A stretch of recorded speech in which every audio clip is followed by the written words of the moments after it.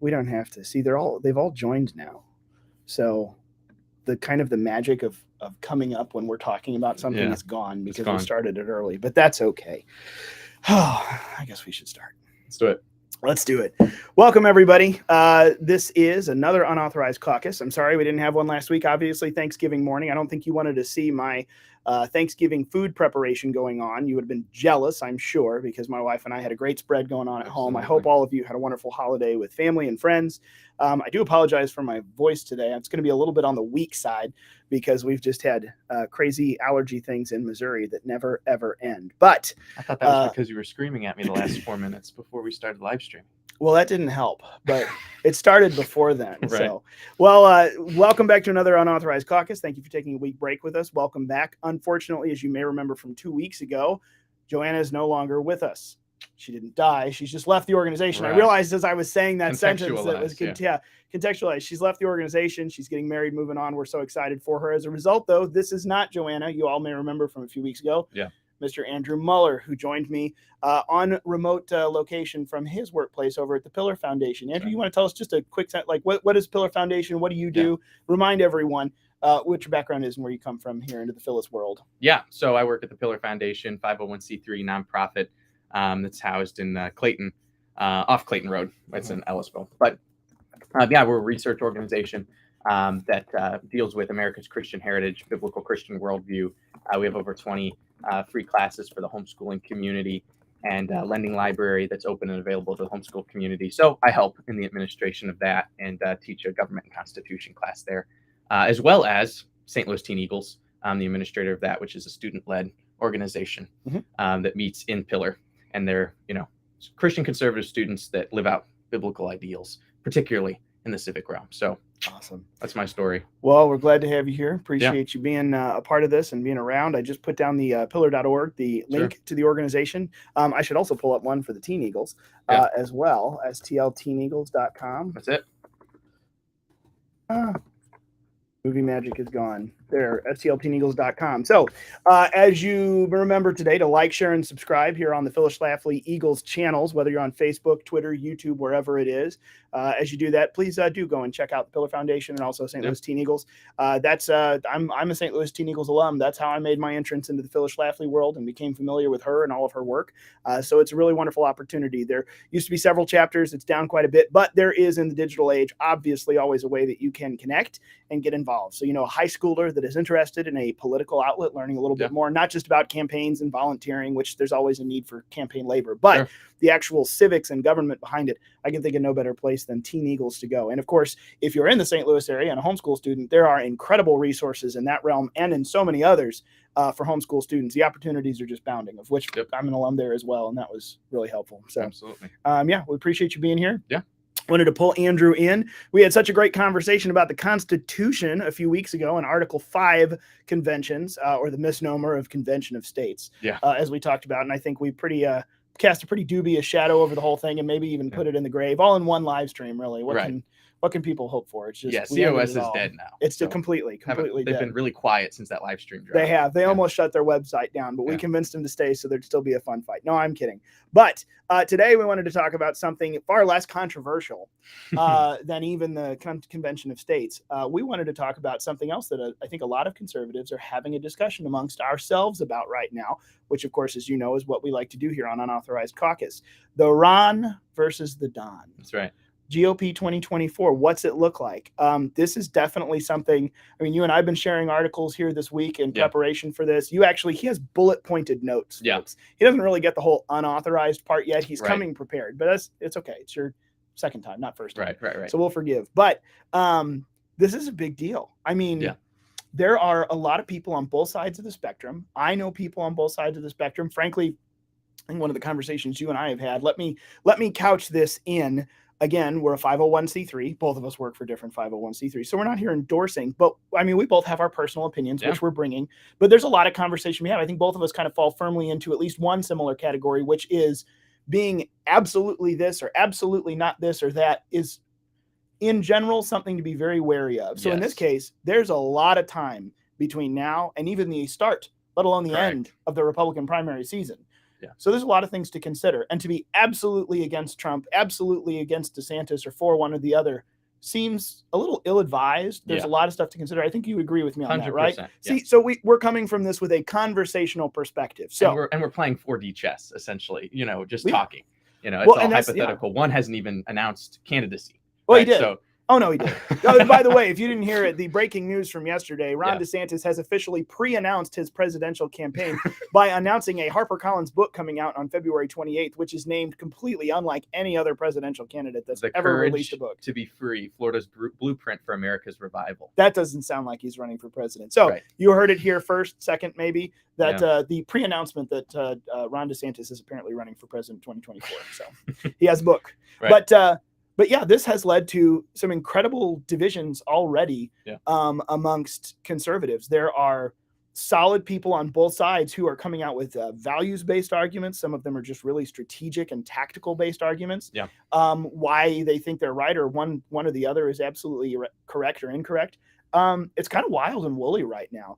And I think this is going to be something that the history, and then I want to just kind of ask you to riff on this for a second. Give me maybe your 30,000 foot view, but the history of this demands one thing: having just brutal, contentious primaries out to the end is typically not helpful when you're going into facing an incumbent, which as of right now, the question is, will it be Joe Biden? Will it not be Joe Biden? Will it be the puppet handler's new person or whatever? There's who knows, but still you're facing the power of Democrat incumbency. Correct. So walking into it wounded severely from a nasty primary is typically not a good thing. So it's really nice to be able to get this stuff locked down early if possible. So with that in mind, I don't know, what do you think? 30,000 foot view, Trump, the Ron versus the Don. What do you think? So, kind of of course, all my opinions are my own on this when it comes to it. But I think that Trump really was being fairly strategic in announcing so early. I think a part of that was hoping to ward off any sort of DeSantis or anybody else jumping in, so that whole primary bloodbath wouldn't happen. So I think that's probably why he announced so early. But when it comes to DeSantis, I don't want a DeSantis-Trump bloody primary. If it's going to come to that, I prefer not.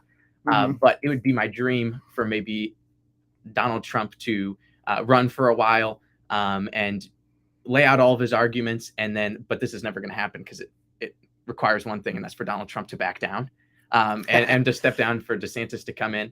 And people talk about, well, maybe Trump can run and DeSantis can be his vice president. I don't really like that either, because I think Ron DeSantis is a far better governor of Florida than he is a vice president.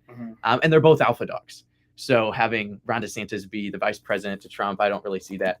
But just kind of a 30,000 foot overview, my opinion on it is, I'll lay my cards out. I'm leaning more DeSantis than Trump. I like Trump. I voted for Trump. I would support Trump in a general election. I might even support him in a primary at this point. But if I had my druthers and I got to choose, I would choose DeSantis. And that's because I think that he is a fighter, and I think he fights woke, and I think he fights CRT in the schools. I think he fights CRT in the workplace. I think he really understands the principles of a Christian federal constitutional republic, and he will stand up to the media, but he's not as inflammatory. And he's kind of a more sanitized Donald Trump. He's younger. He, has a little bit more of a history of Christian family values than Donald Trump does. So I think you get the benefits of Donald Trump with him being a scrapper, him fighting woke, fighting the media, taking on political, legislative issues, and also social war, culture war issues. And he's done that successfully. I think he handled COVID-19 better than Donald Trump did. And you get all of this while you also have somebody who's a little bit more of a diplomat and a little bit more of a careful administrator of government. And he's popular. And he gets people to vote for him.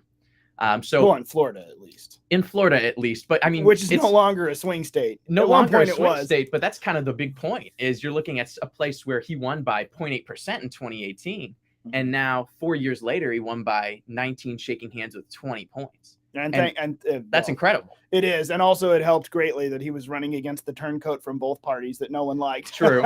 True. That has, when we've seen a lot of it here in Missouri with Chris Koster and some others, once you've gone from one party to the other, now no one trusts you. So that certainly, I think, probably accounted for at least a few points, but the jump was certainly phenomenally big. It was huge. Even if you try to take some away for the sake of Charlie Crist being just a plainly awful candidate. Well, and he won places that a Mhm. Republican shouldn't have won, like There was- Miami-Dade there was. County. You know, and this is where my bullet points come in, and this is the only time I'll be authorized or scripted. He won 68% of the Cuban vote, 55% of the Puerto Rican vote, which is a 21% increase. He won 34% of Puerto Ricans in 2018.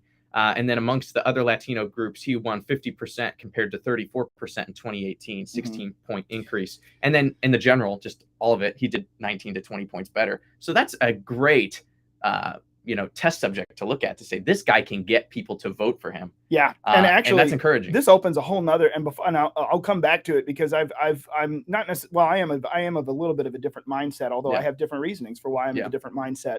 Conflict is good for live streams, right? Yeah. But some of the stuff that you're talking about here, this is one of the things that we touched on just a couple of weeks ago. If you looked across this supposed red wave that never happened, that fizzled, there really actually was a really interesting red wave in states with good election laws. And it wasn't even in red states. New York, there were huge gains in New York, but New York's election laws are not nearly as crumpled and broken as Arizona, Nevada, California, places where it just got even worse. Yeah. But that was a very interesting thing to see. Some of the stuff, this lined up. Florida, the results there lined up with what we were seeing in a lot of national polling trends, that not only was it really shifting conservative or shifting to red, but there were people groups, huge percentages of different minority blocks that are always monitored and looked at as, electoral facts and figures each year, that were trending in completely opposite directions than the past when it comes to voting Republican or Democrat. And some of those trends happened nowhere in Arizona, nowhere in Pennsylvania, or a lot of the other places, but they did happen in Florida. They did happen. So this is a really interesting case to be made, because I know, and this really about the only thing we trotted in on with Trump and his impending announcement for president was a couple of weeks ago. There were immediately the Lincoln Project and the ridiculous neocons and rhinos of the world were instant to run out and say, look, Trump lost us the election. But if you started looking at the data, it really didn't line up with that. Trump's candidates did really well. And Republican candidates did really well in places with good election laws. But Trump's people and Republicans in general did awful, or very, very, very middle of the road, barely squeaking by or not squeaking by in states with election problems. So if you really looked at it, it was kind of a little bit more complex than that. That was definitely an oversimplification, trying to fit my I don't like Trump into making, here's why. Like, well, no, this has more to it than that. Well, and I think go ahead. I was just gonna say, some of these numbers that you've given, which I mean, yes, they are good. They are pro numbers for DeSantis, but I think that's a really interesting callback to the election that we should all remember. Look at Miami-Dade and all of Florida in light of what could have happened nationwide, but didn't, thanks to Maricopa County. Maybe.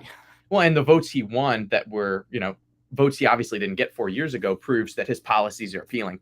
And I love to go back and remember in 2020 when people were comparing Gavin Newsom, Cuomo, and Ron DeSantis, and you have, three different corners of the country, and they're all handling the same problem, the same pandemic, and the same crisis. And you see Ron DeSantis keeping schools open, keeping businesses open, restaurants open. And I think that really speaks to people. Never really went full-fledged on the vaccine, really held back, held his cards close. And it's a big state with 21 million people. And I think people respected that and liked that. And that speaks to not only that just Florida works with its election laws and everything, and they run elections extraordinarily well. So Ron DeSantis, Donald Trump presidential discussions aside, Florida works with how they run elections and how they run their economy. And even just economically, no state income tax, no property tax. They've just got it going on. So I love the idea of even Ron DeSantis not running for president. Everybody using Florida as kind of a nucleus of this is what America needs to look like. Just on all fronts, I think that's a great make Florida. What did we say? Make America Florida. Yeah, make America Florida. And then we have the Trump DeSantis ticket. That could be, or DeSantis Trump ticket. Although I still, around here we always talked about Trump being Speaker of the House. That was one thing we were looking for. How awesome would that be? That'd Unwielded power, unelected. That would just drive people out of their minds, and I would love it. So. I'm not going to come in and try to even necessarily disagree with the points that you've made, because I mean, we love Ron DeSantis around here. We know a lot of the folks who helped get him into office. It was a good idea. He's been a fantastic governor, obviously one of the most successful governors throughout the era of COVID, because he resisted the urge to take power and run with it. He followed the path of liberty each time. And it has worked out well, very well for them. In fact, so much, so well, I just hope that they don't let too many Californians continue to move there and then vote the way Overpopulated. Californians Yeah. do. It's Texas is running into this issue now, but watch your back politically. But I think there's a lot more at stake here in the 2024 election to look at, and this is one of the reasons why at this point, as much as I like Ron DeSantis, I would love to have Ron DeSantis for 8 years after Trump's final 4. Sure. And the reason I think that that's a better choice around, and again, this is my personal opinion, is that I look at it and one of the prevailing things that I hear is that, oh, we should have DeSantis because he's more palatable than Trump. Right. Oh, well, Trump is so toxic. And my instant thought is that is an excuse that makes you feel good now as a voter to say that, think that, and then support someone other than Trump. Right. But that is really kind of a naive move, because what do you think the mainstream media is going to do? Leave DeSantis alone? They're going to make him as toxic as Trump. They will absolutely not find skeletons and pull them out of the closet. They will manufacture what is necessary to destroy that man in the eyes of roughly 44 to 48% of Americans, which is about where we sit. And then we run up to that 48% on either side and we can cheat this way or the other. That's kind of how it works. Yeah. I'm colloquializing this quite a bit. That's not exactly how it works. But I think that that's a very faulty premise, because they have already put Trump through the ringer. What could they do to that man that they've not already done? There are no skeletons left. In fact, I would venture a guess that it's probably going to have to get so extreme that if they come up with new things to blame Trump for or to accuse Trump of, that people aren't going to buy it anymore. For crying out loud, he's already the man who supposedly ran an insurrection against the sitting government of the United States, of which he was the head, by the way. But neither here nor there. Like, what are they going to be able to come up with that people aren't going to finally go, okay, this is a little bit much? Whereas DeSantis, we have a whole new line of fodder to come up with here and go after him. So I think that's a faulty premise. But when you look at the course of things, I think in the course of voters, one of the things I love, and I'm going to pull in a little bit of Phyllis history here, and we're going to try to, by the way, we're going to keep this one to 30 minutes. This might be difficult with you and me. Sure. Because if I hadn't mentioned it before, I think Andrew, if he agrees after this experience, so, yelling at him before the camera and all that, he may say no. It might be my interim host here in the meantime while Joanna's gone and we're moving forward. So you might see him back every once in a while, every week. So, I've completely lost my train of thought. Where was I going? Phyllis history. Well, Phyllis history. Thank you. The Phyllis history that I was going to go down, we found an awesome speech from her in the archives. I believe it's on the website. I'll try to go find it here when Andrew's making some comments. She spoke in 2007, and this may be unpublished, but I'm allowed to talk about this. She spoke in 2007 to a group of conservatives when the 2008 elections were spinning up, and she was making the case, as she often did, against the establishment, against the kingmaker class, saying it is time to stop ignoring that third leg of the three-legged conservative stool. Because for a long time, we have paid attention to the social conservatives. For a long time, we've paid attention to the fiscal conservatives. But we need someone who, like Reagan, can appeal to that third stool. You've got the pro-lifers, the pro-family. You've got the pro-limited government, pro-low-tax people. But we need the workers back, the working class, who need to understand that the Republican Party is not pro-free trade, not pro-business over worker, et cetera, and so on, that just gives sweetheart deals so that we can ship jobs overseas and open the borders, et cetera, and so on. It is American workers first, which means someone like Reagan who's willing to play hardball with our economic enemies like China. So she talked about that in 2007. Of course, she didn't get her wish. We got McCain.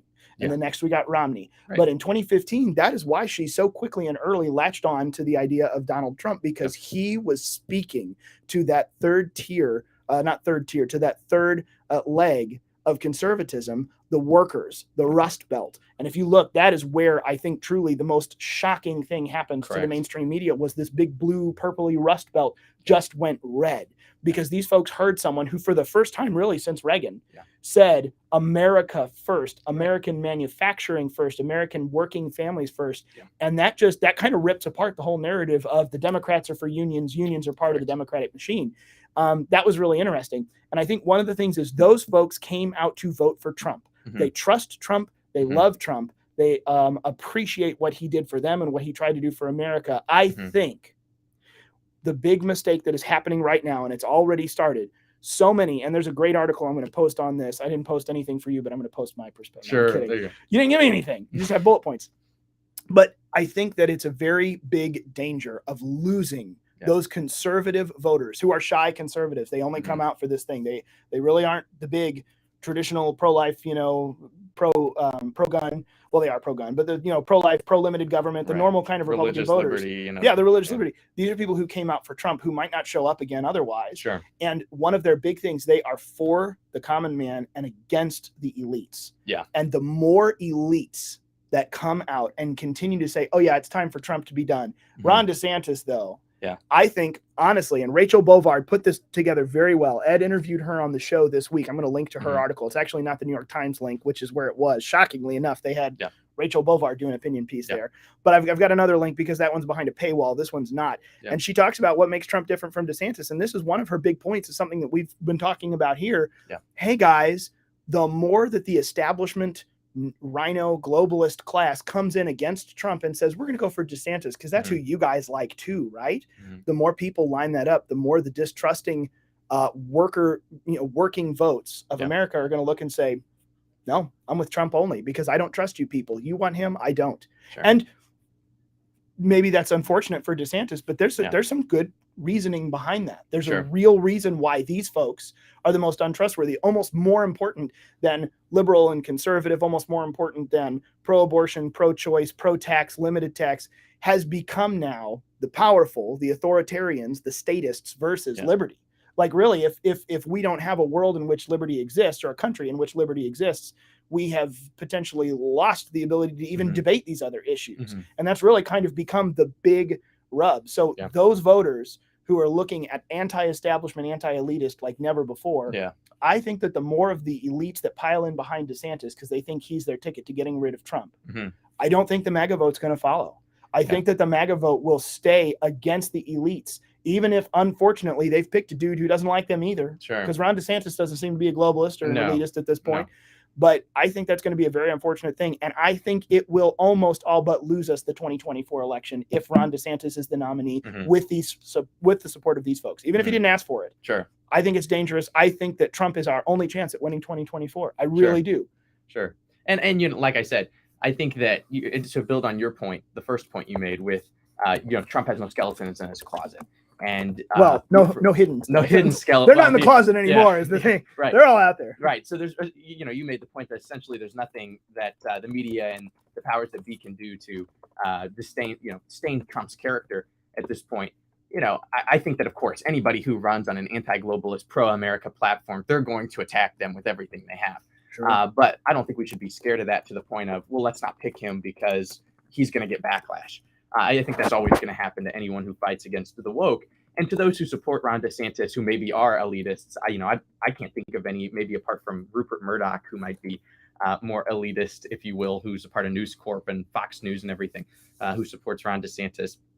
They're going to be sorely disappointed if they're expecting to get some sort of a George Bush type, because I don't think Ron DeSantis is at all going to play into the globalist playbook. I mean, you're talking about somebody who stood up against Fauci, stood up against the World Health Organization, who is working actively to make sure that China can't buy any land in Florida, who is supporting police, who's supporting the military. I think that that's going to be really hard to make the case that this guy's in the pocket of somebody. I don't think he is. But, we've heard about Trump derangement syndrome, and that's completely true. And there's people that just lose their mind about Trump. But there's also a group that's in the Christian conservative realm that are suffering Trump exhaustion syndrome. To the point where, I appreciate what he does. I like his policies, but the rhetoric and the name calling and just the constant bombardment of everything is tiring. And my one fear is, and I'm not saying this is my fear, but my one concern is, but it's not my one fear for others. Okay. Not a fear I hold, is that people, if Trump gets elected again, are going to get so fatigued of him over the next 4 years that then if DeSantis comes up in 28, let's say, they're going to be like, I just can't handle this anymore. And, people that are more swing voters are going to go to the other side because, and this is really the root of what I'm saying is, I just hope if Trump is the nominee for the Republicans, that we're electing him because we think he's the best choice for America and the best champion for our freedom. And we're not going back and trying to own the libs and the wrong of the 2020 election. And though there might be a better choice, we have to go back and let Trump have his day in court and right the wrongs of the past. And I agree, we need to secure elections. We need to make that right. Completely on board with that. But I just want to make sure if Trump is going to be the candidate, it's because the policies, the principles, and the ideals of the man and of the principles for which he advocates. And it's not just because we want to stick it to everybody else and go back and right the wrongs of the previous election. That's my only fear. And see, it has to be Trump because of that. I just hope that's not the direction. Well, and see, that's the thing. These are the, there's many reasons why you would choose to vote for a candidate. There are values-based reasons. There are strategic reasons. I mean, arguably all of these are based on values, but I mean, specifically, I was having this conversation with someone else here this morning. I like, I see people say, I like DeSantis because I like DeSantis better than Trump. That's why I'm going to vote for him. It's not anything against Trump. Other people, I am afraid of Trump, so I'm going to vote for DeSantis. Other people, I don't trust DeSantis, so I'm going to vote for Trump. Other people, I just love Trump, so I'm going to vote for Trump no matter what. There are all of the different varieties, and some of them are just personality. Some of them are strategery, to steal a George W. Bush phrase. That's one of mine. Like, I'm kind of looking at this from a strategic lens of, yes, values, but also winning, not at the expense of convictions, to be clear. I never toss out, for the sake of political strategy, convictions and values, but I'm looking at it from a little bit more of a lens there. You're looking at more of a lens of just, well, pure up, I like this one more than the other. I was relating to someone this morning, my first presidential vote, which was 2008. I know I'm a youngin', but my first presidential vote, it was actually wonderful. I felt good about my first primary vote. It didn't seem influenced and burdened about, oh, well, so-and-so's left and this is the only option, so we have to do whatever. Have to did not enter my vocabulary with my first presidential vote. It has ever since. We're at that point.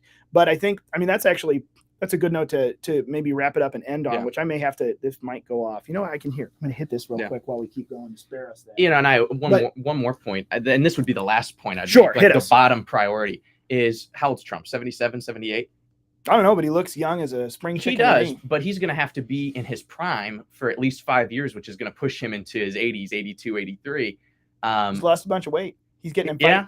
Jack Posobiec says he's getting in fighting shape. If you hear this, Jack, feel free to retweet it. Little Rocky action. Feel free to retweet it. It would be nice to just even, and this isn't the worst thing. I'm not against presidents that are in their elder years by any stretch of the imagination. But that is a consideration in my mind where, man, you're looking at, Barack Obama was more of a young guy, and you had Bush, who was a little bit more of a young guy. But we haven't had a young, energetic president with young kids in a long time. And I think that would be nice. And it is something to think about, with Trump's health. I'm sure he does have a great chance of doing well. I certainly hope that, no matter what happens.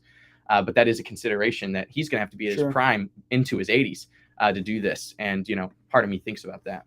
Well, one thing is for sure, his skin tone will look the same no matter what. That'll be consistent. Hair and skin tone will always be the same. Hair and skin will always be the same. They haven't changed in years. Don't expect it to change anytime soon. Yeah. Well, there's a lot of, I'm thinking of so many things that we could go off into even still, but there's a lot of considerations to be made here. So maybe let this be a starting point for you if there's conversations you want to have with family and friends. If you're not sure what you think yet, you've heard some of the pros and cons. Someone who's maybe leaning toward Trump, someone who's leaning toward DeSantis, some of the whys. There's a lot of stuff to work out here. And I think that what we just heard here at the end, something you had to say, is the most important thing of all, is there is thoughtfulness to be put into this, not following a cult of personality or popularity. There is a value system to be applied here. What do I think? Who's going to do this job? What do I want? What direction do we want to go? Not just what do I have to choose? Because hear me say that we're always in the general election, a binary choice. We talk about that a lot. This is the nature of a two-party system. We're good with that. Multiple parties comes with multiple problems as well. And we're in a two-party system. That's just where we are. But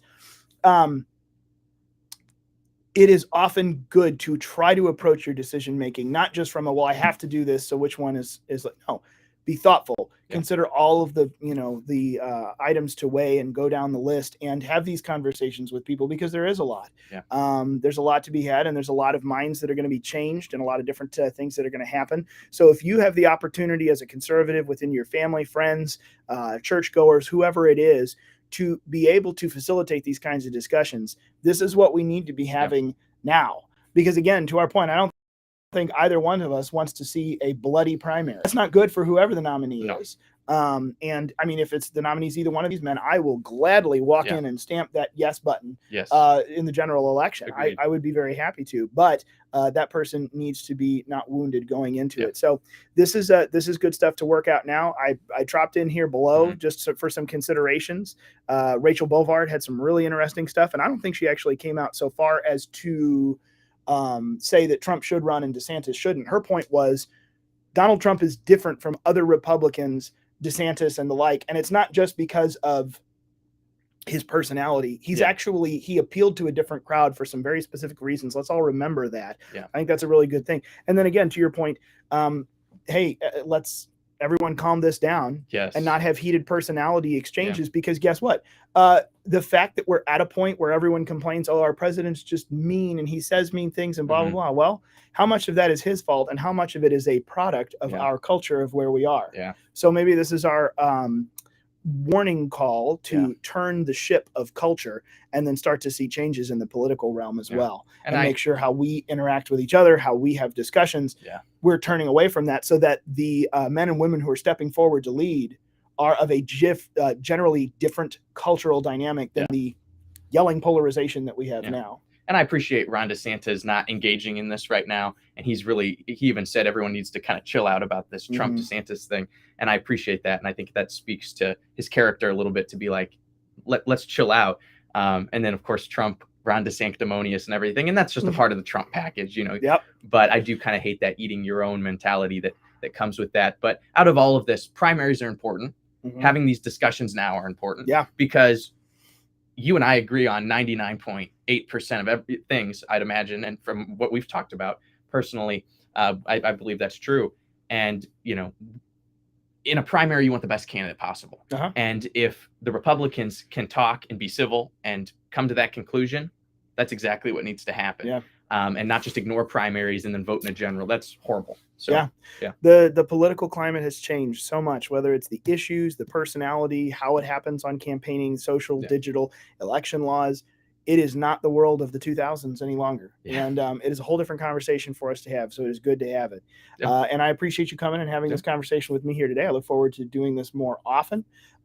If you'd like to share this, please do. We went a little bit long today, but that's okay. Sometimes things need a little bit more care taken with them. So don't forget, like and subscribe. If you're on Twitter, hit the retweet button, Facebook, the share, YouTube, hit the big red subscribe button. Make sure you turn the notification bell on, because even though Elon Musk is coming back to save free speech, maybe that's another topic we should hit. Elon. But even though he's coming back and Twitter is definitely changing, big tech still definitely has anti-conservative bias. So please do us a favor, like, share, subscribe. Also, comment down below, type something into the chat, because that boosts up the algorithm, and it also gives us a chance to know who you are, to get in touch with you, to interact with you, and let people that you know see this as well. So thank you all for joining us. Yet another unauthorized caucus at an unauthorized time logged into the books.